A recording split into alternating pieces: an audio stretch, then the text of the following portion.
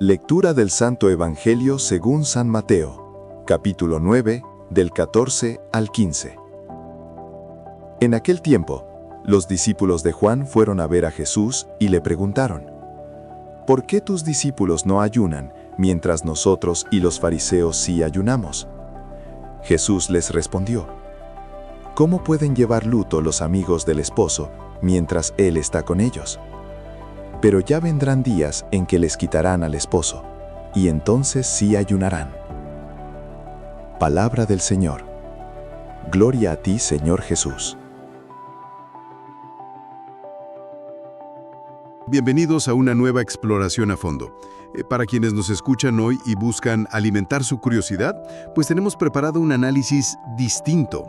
Muy distinto, sí.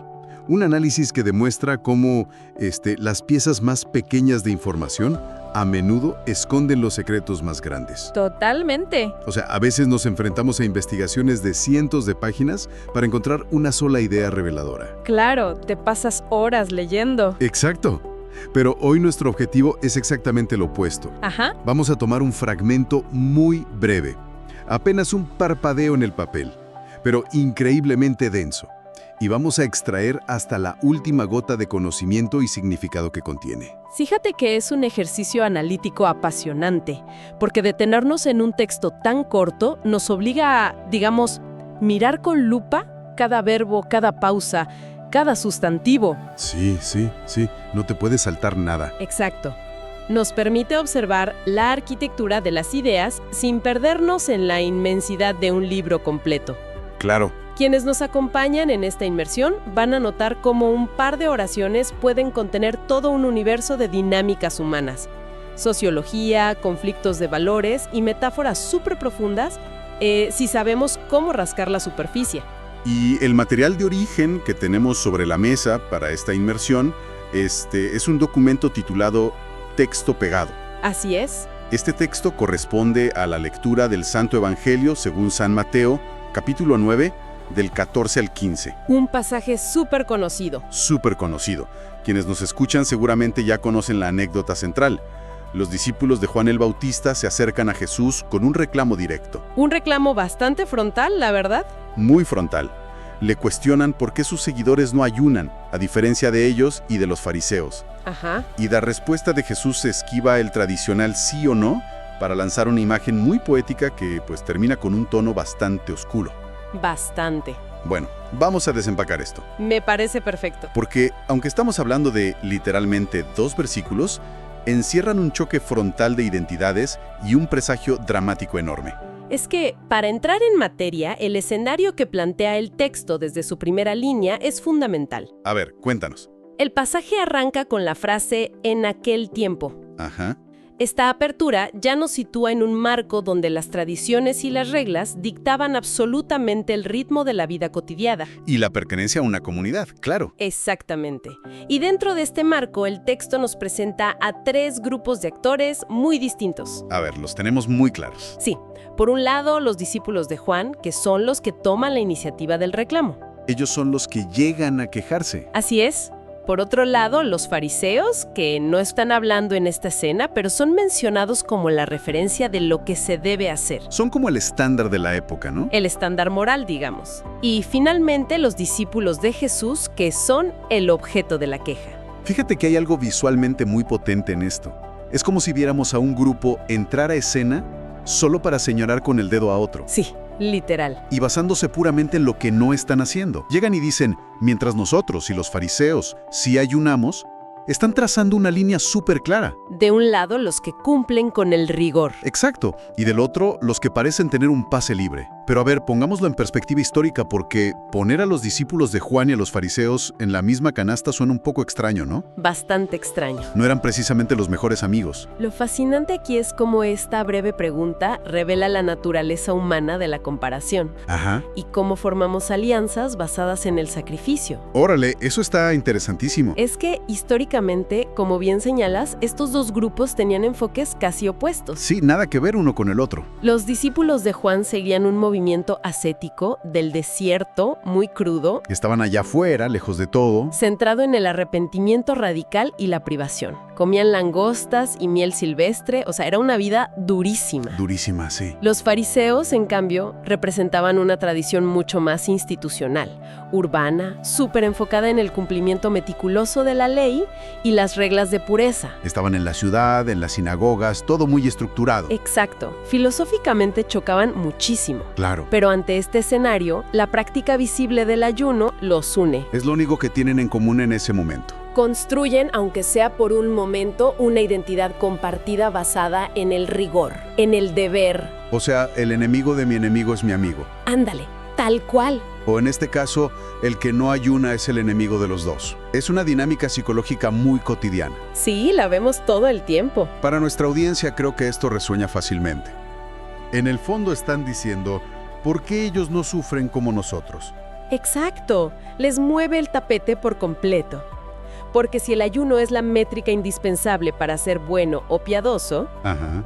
ver a un grupo de seguidores religiosos que no lo hace, rompe todo su esquema. Se les cae el sistema. Genera una disonancia cognitiva tremenda. El ayuno en ese contexto no era saltarse el desayuno y ya. No era el ayuno intermitente de hoy en día. Para nada. Era una aflicción física real. Daba hambre, dolía, requería una fuerza de voluntad tremenda. Me imagino. Si ese sacrificio no es universalmente obligatorio, la pregunta que surge en el fondo es, entonces, ¿para qué me estoy sacrificando yo? Claro, te cuestionas tu propio sufrimiento. Exacto. Si la falta de ayuno es aceptable, cuestiona el valor mismo del dolor que los discípulos de Juan están asumiendo todos los días. Es el peso de la tradición chocando contra algo que no logran clasificar. Totalmente. Para ellos la fórmula es clara. Si ayunas, vas por buen camino. Si no, estás fallando. Blanco y negro.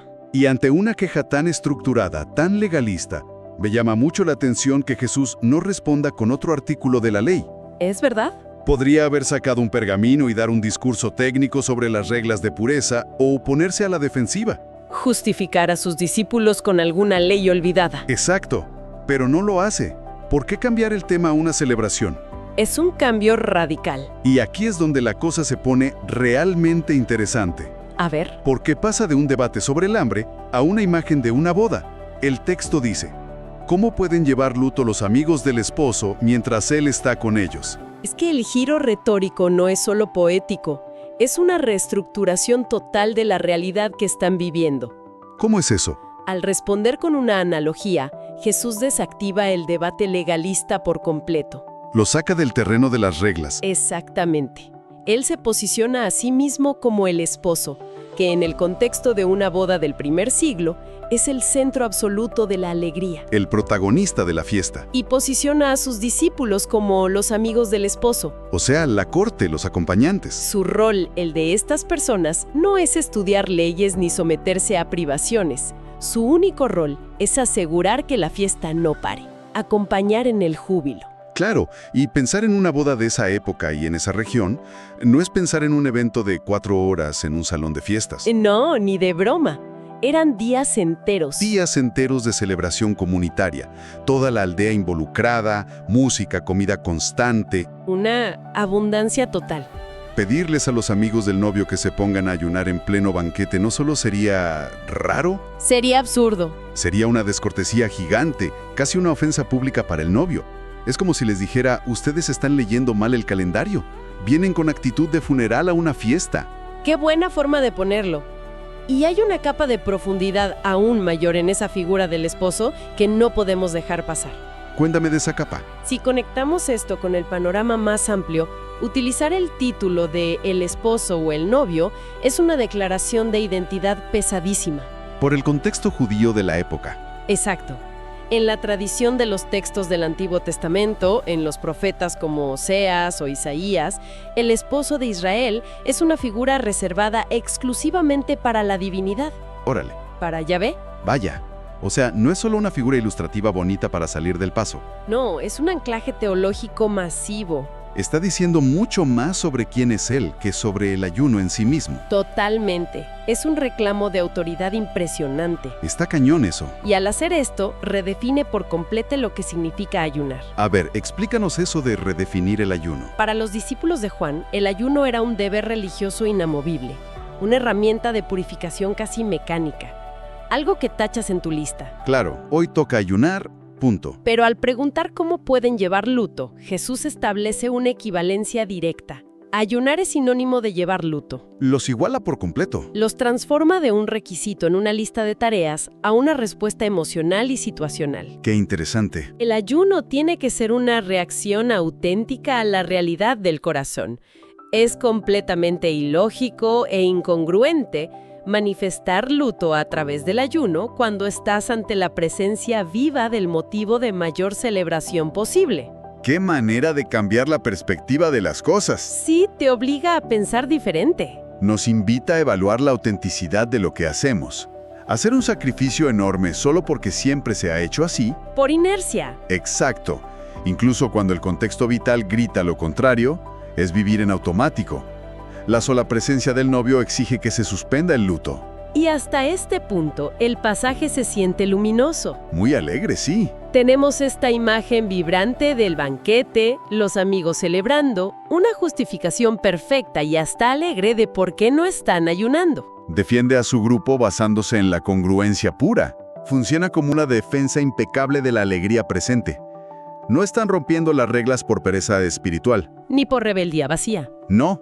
Están simplemente respondiendo de la única forma lógica a la realidad extraordinaria que están experimentando, la compañía del esposo. Claro, el deber ritual no puede aplastar la realidad de la alegría. Exactamente. Pero justo cuando uno piensa que la historia termina con un mensaje de disfruten el presente y celebren, el texto da un vuelco tremendo en la misma oración. Es un giro súper brusco. Sin cambiar de párrafo, la atmósfera se vuelve pesadísima. Sí. Jesús dice, pero ya vendrán días en que les quitarán al esposo, y entonces sí ayunarán. Entonces, ¿qué significa todo esto? Es fuerte. Pasamos de la música y el vino a una advertencia súper oscura en cuestión de palabras. Significa la introducción de una realidad sombría y violenta. Violenta, sí.